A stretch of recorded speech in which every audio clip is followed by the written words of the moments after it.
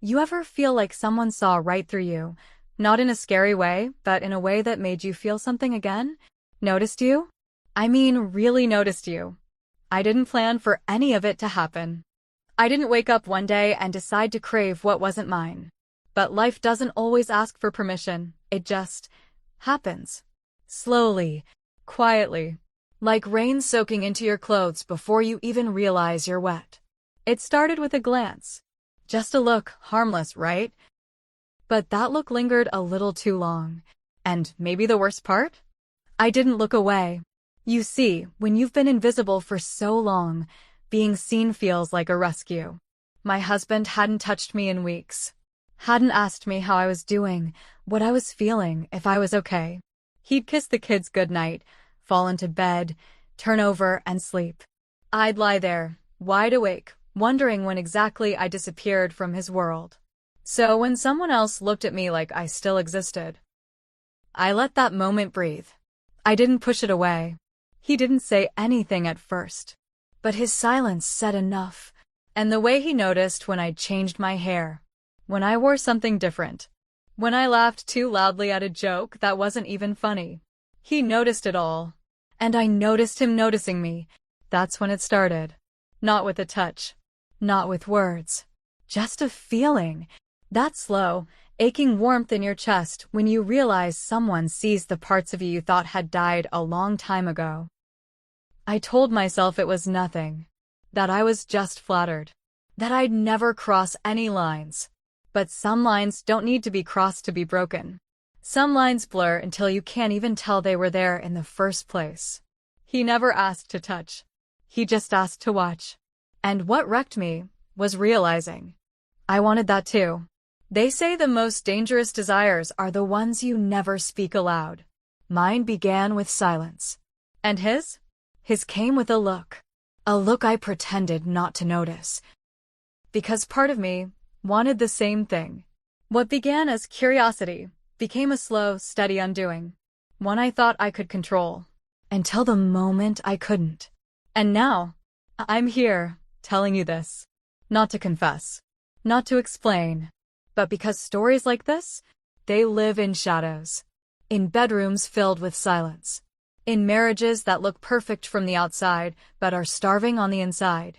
So, if this already feels too close to home, if something inside you is whispering, "I've felt that too," then stay with me. Because this isn't just a story. It's a memory I never thought I'd say out loud. Subscribe to Heartfelt Tales Unfold, where silence becomes stories too heavy to carry alone. And maybe, just maybe, this one might echo something you've never dared say aloud either. I wasn't searching for anything, but I noticed. When someone finally looked at me like I was still there. Not a mom, not a wife, not a shadow. Just me. I'm in my mid-30s. 2 kids. A house that's always half clean and a heart that's been half full for years. My husband, he used to hold me like I was something fragile. Used to call me his calm in the chaos. Now, he barely speaks unless he needs something. Phone in one hand, silence in the other. We share space. We don't share much else. We sleep in the same bed, but it might as well be 2 islands. I ask him about his day. He shrugs. He asks me if we have more toothpaste. That's the level of depth now. And I tell myself it's normal. Marriage changes. Life gets loud. Kids take over. But deep down, I was starving for something I couldn't name. Then there's him. He's been around for years, my husband's friend, technically. But over time, he became mine too. In quiet ways. He's the type that notices things other people miss. Like when I cut my hair. Or when my eyes look tired. He asks questions no one else bothers to ask. He listens like it matters. He never flirts. Never crosses lines. But there's something in the way he looks at me. Like he sees all the things I try to hide. Our house is calm. Too calm. It's the kind of silence that doesn't feel peaceful. It feels like waiting. Waiting for something to break. Waiting for someone to notice the walls closing in. Dinner is quiet. The kids laugh. He scrolls. I clear plates. And sometimes I look at that friend across the table, and I wonder if he hears the silence too. We don't talk about feelings in this house. We don't argue. We just exist. But with him, it's like I remember I used to feel. One night, I caught him looking at me while I laughed at something my daughter said. It wasn't a flirtatious look. It wasn't even bold. It was soft, curious, like he was memorizing a version of me no one else seemed to see anymore. And I felt myself lean toward that warmth, without even moving. I told myself it was innocent, that it was just friendship. But even as I said it, something inside me stirred. Something I hadn't felt in years. Attention, longing, recognition. Not of who I am now, but of who I used to be. And maybe who I still wanted to be. That's the truth. That's where it all began. Not with a kiss, not with a touch, but with two people quietly wondering what it would feel like to be wanted again. It was just a weekend gathering. Nothing out of the ordinary. Couple of friends. Some neighbors. The kids running wild in the backyard, sticky fingers, laughter echoing through the open windows. I wore a loose dress, something simple. Hair pulled up, no makeup. But he looked at me like I was still something. Like the mess, the noise, the stains on my shirt didn't erase me. He helped with the grill, made the kids laugh, told stories that made even my husband smile. And for a while, I convinced myself I was imagining it all. The way his eyes stayed on me a beat too long.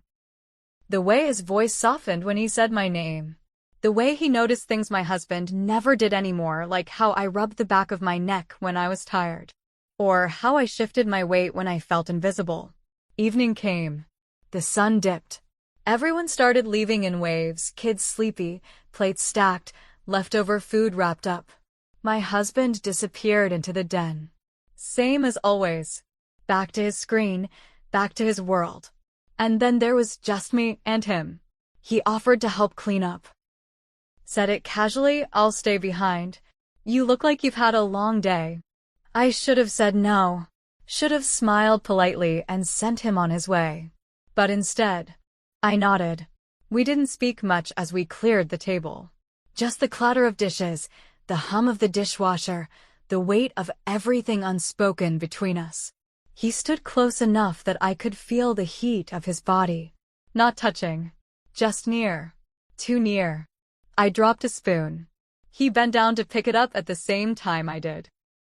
And when we both straightened, our eyes locked. He didn't say anything, but he didn't have to.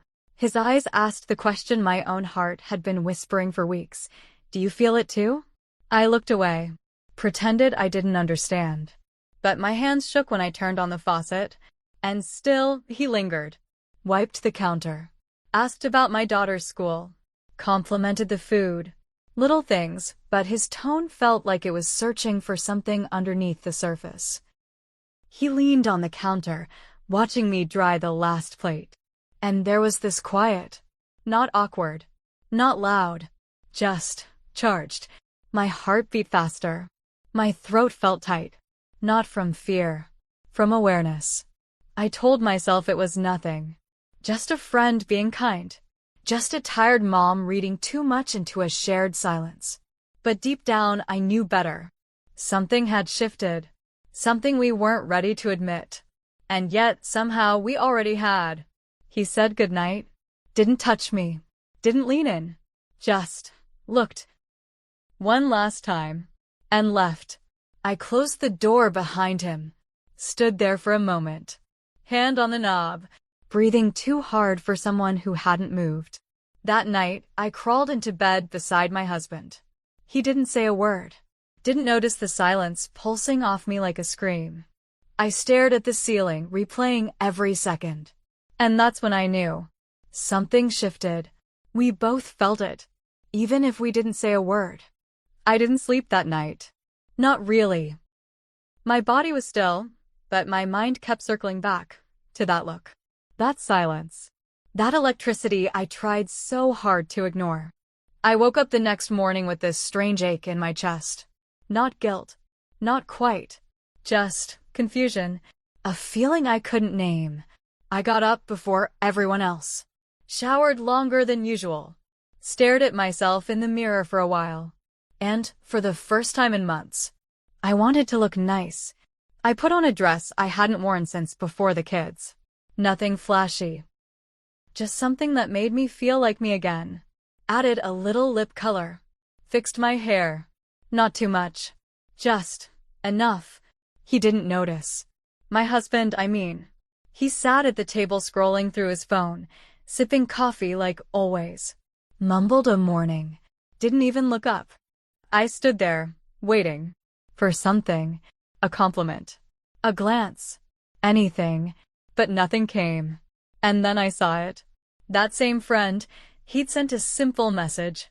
You looked beautiful yesterday. I hope you know that. My heart skipped.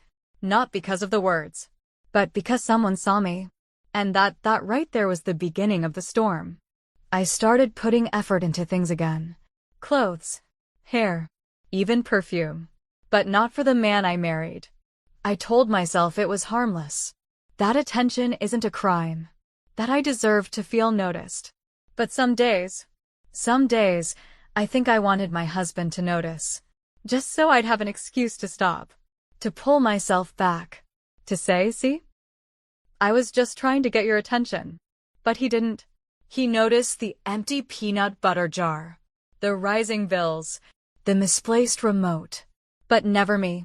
And the more invisible I felt at home, the more alive I felt whenever that friend walked into a room.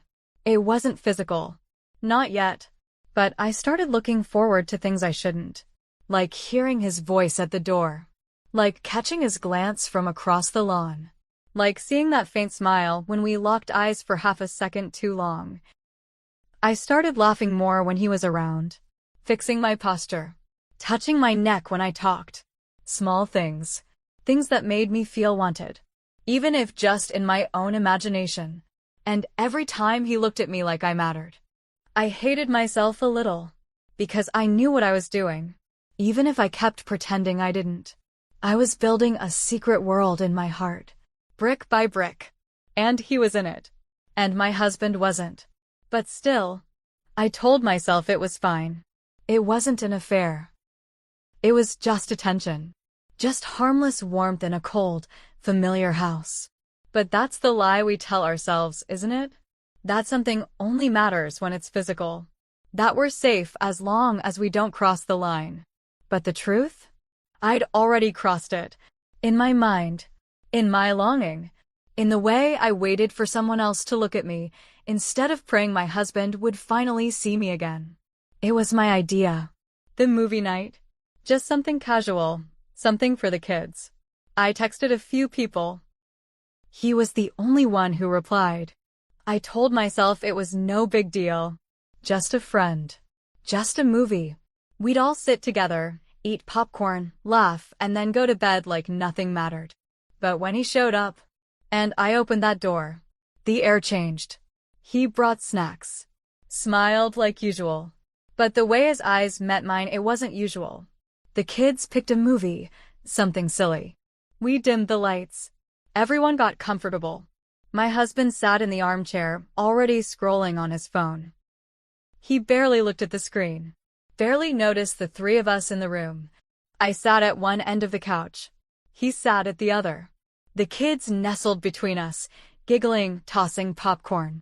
Completely unaware that something quiet and dangerous was unfolding around them. I couldn't focus on the movie. I could feel him. Not his touch. Not his breath. Just his presence.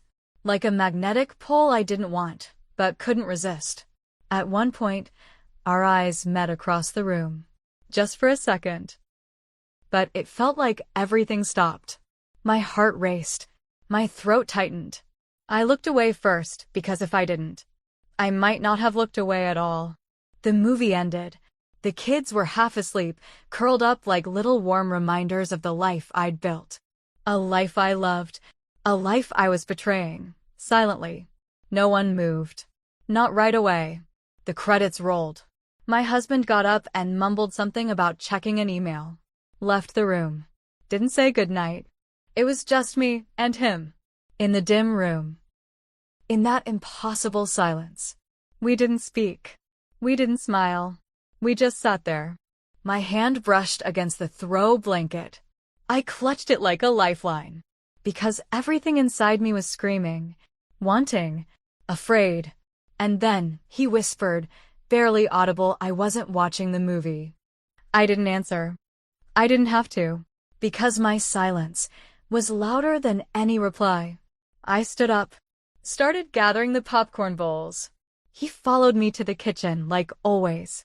But nothing felt like always anymore. He didn't touch me, didn't lean in, didn't confess anything. But the way he looked at me when I turned around, that look said everything. Everything I was scared to hear. And worse, everything I wanted to believe. I should have told him to stop. I should have drawn a line. But I didn't, because in that moment, something unspoken passed between us. Not touch, not a kiss, but agreement. Agreement that we were both feeling it. That we were both waiting for the same thing. That we were already too close to something we couldn't come back from. He left after that. Quietly. Respectfully. But the weight of that moment stayed behind. I locked the door behind him. Not because I wanted to shut him out, but because I knew, the next time, I might not.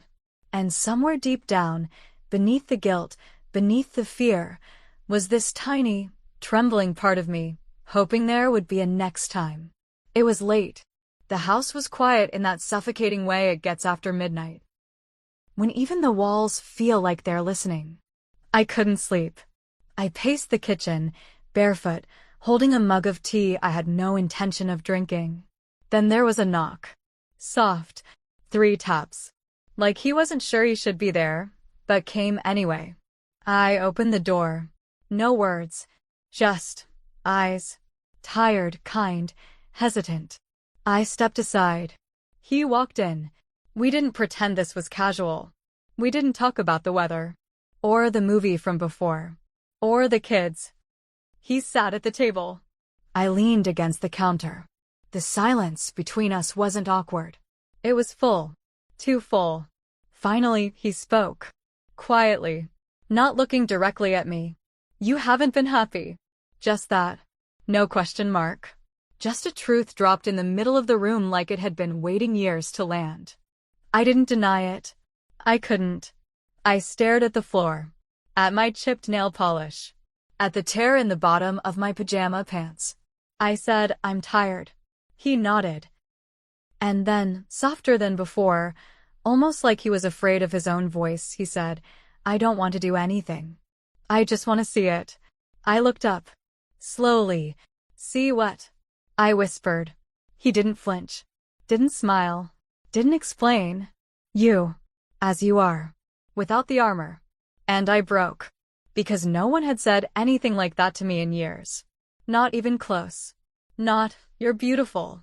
Not, you're sexy. Not, I want you. Just, I want to see you. He said it like a prayer. Not a demand. Not a fantasy. Not lust. And what shattered me was realizing part of me wanted it too. I had spent years being looked through. Not at. Not into.